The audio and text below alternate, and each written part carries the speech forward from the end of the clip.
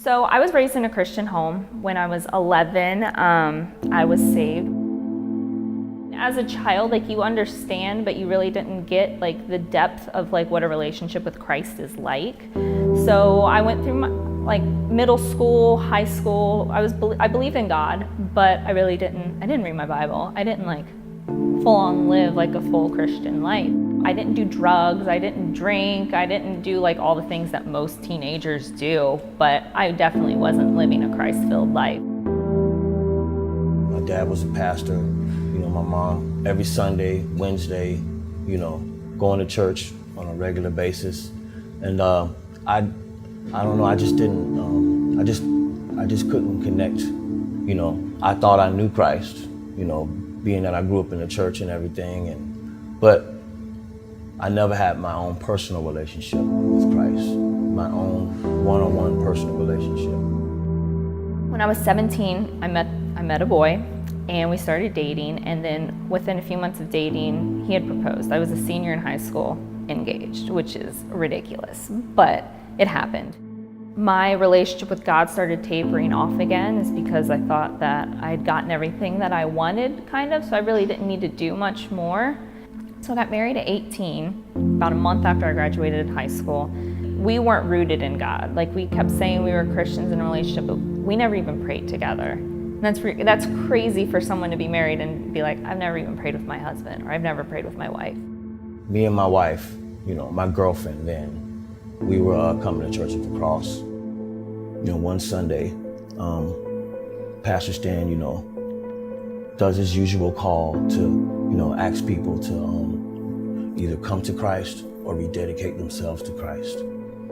Me and my girl would do a lot of debating about tithing or about this or about that, the usual talks you would have before you go wholeheartedly into anything, And we just decided to give ourselves to Christ completely.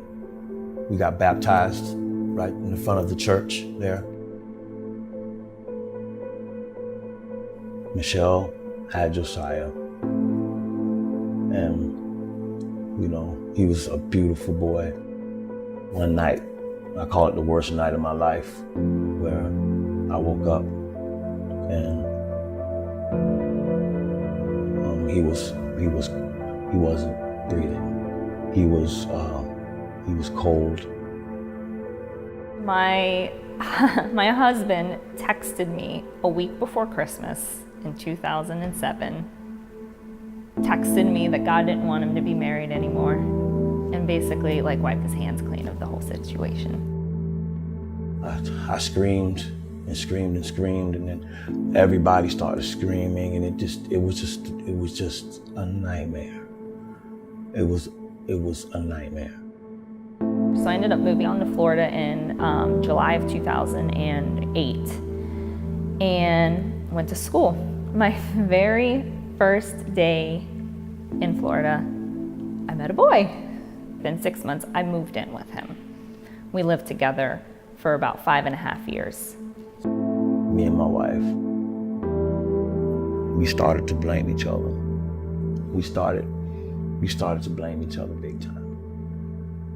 We weren't even a year into a relationship, and he already was being very,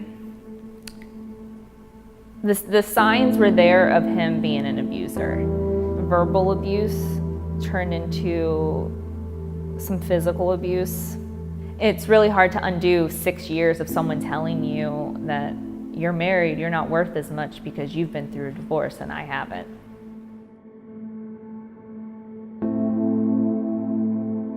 We thought that our jobs were to protect these children and to be there for them and provide for them and just, never let harm come to them, and we felt like we failed. We felt like we failed. And every day I got up and I just wanted to just end it all. I just wanted not to relive that night over and over again every day in my dreams, feeling that coldness, or when I was doing CPR, that taste on my lips, or just anything. I just wanted it all to stop. I wanted it to stop. And I told God that I accepted his will, but it hurts. We soldiered on, you know. We got through our little things, you know, but we came close a few times, you know, me and my wife, to just calling it quits. I just had this like moment of realization. I was like, I can't be with this guy anymore. And then when I had moved out, Meredith Lawson was practically begging for me to come to her ladies group that she had. So I was on the fence because I kind of, like a lot of people who aren't believers feel, they feel like they have to fix their problems before they come to church. So I thought I had to fix some things before I could come back. A little while had passed, and John came up to me and said that he wants me to help out, you know, with service on Sundays and stuff like that. And I was freshly diagnosed with PTSD, and like I was hiding out in my house all the time. I didn't want to talk to people. I didn't want to interact with people, you know, and I was just very angry, you know. But I said, okay, you know. And I came in and, you know, I started doing my service, and little by little, you know, with smiling at people and touching people and hugging people and loving people, it brought me back.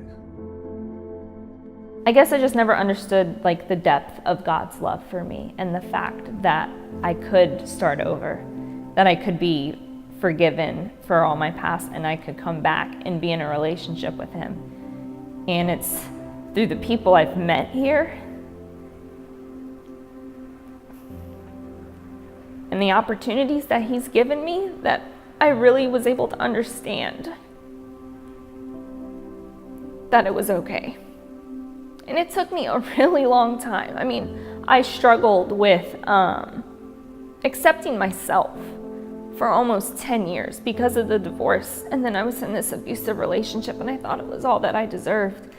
And then just one day I woke up, and it's just like, it's okay, Ashley. Like, God forgives you, so you can forgive yourself.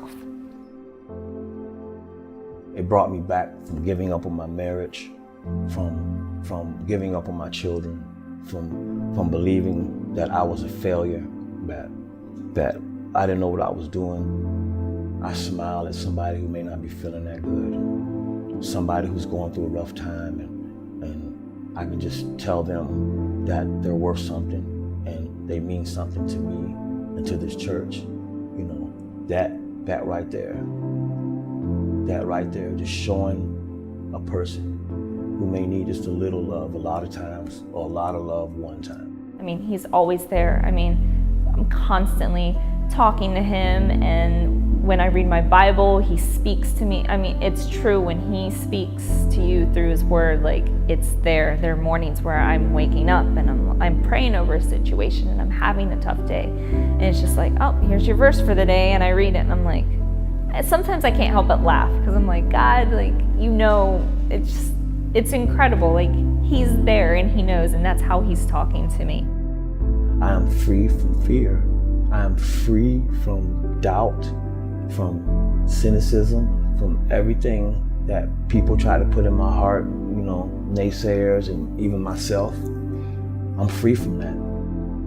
Through that journey, you don't understand why you're going through what you're going through, but God knows that you're going to come out on the other side, and he knows that the suffering, like, it hurts, but it's not even going to compare to what he has on the other side for you.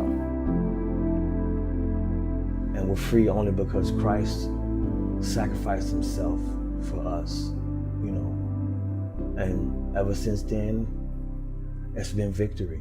And we can claim victory now. You know, I'm not defeated.